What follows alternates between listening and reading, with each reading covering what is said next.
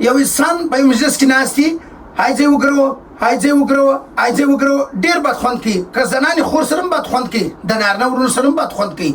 د جلد خوشکۍ مسله یي، مګر هغه بل مخامخ کس دا وایي وایي دا کس په هفتو نه دی لمبېدلی، غسل یې نه دی کړی، که څه وجه ته چې هایځه وګرو هایځه وګرو بدن یې خرن دی که څه غم دی، مګر په حقیقت کې چې دی به د الرجي مسله لري، دی به د بدن د خشکۍ مسله لري، دی به د خارش مسله لري، د پر جلد به دانې سرې دانې کوچنۍ دانې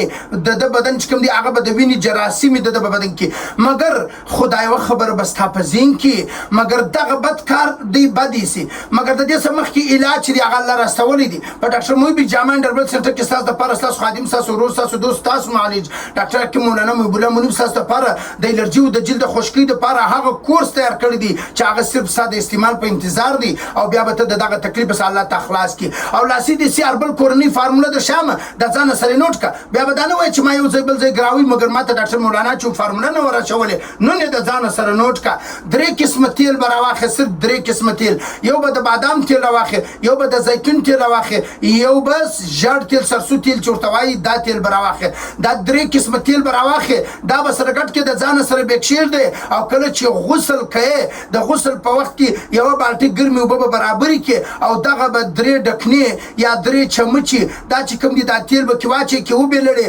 غسل به وکړې، د جلد خشکۍ به دې ختم سي، او هر ماښام چې بېدېږې نو چې کوم دی دغه تیلو باندې به نه غوړې، ستا د جلد خشکۍ چې دغه به ختم سي، کور به ناست یې ما ته به دعاوې کوې.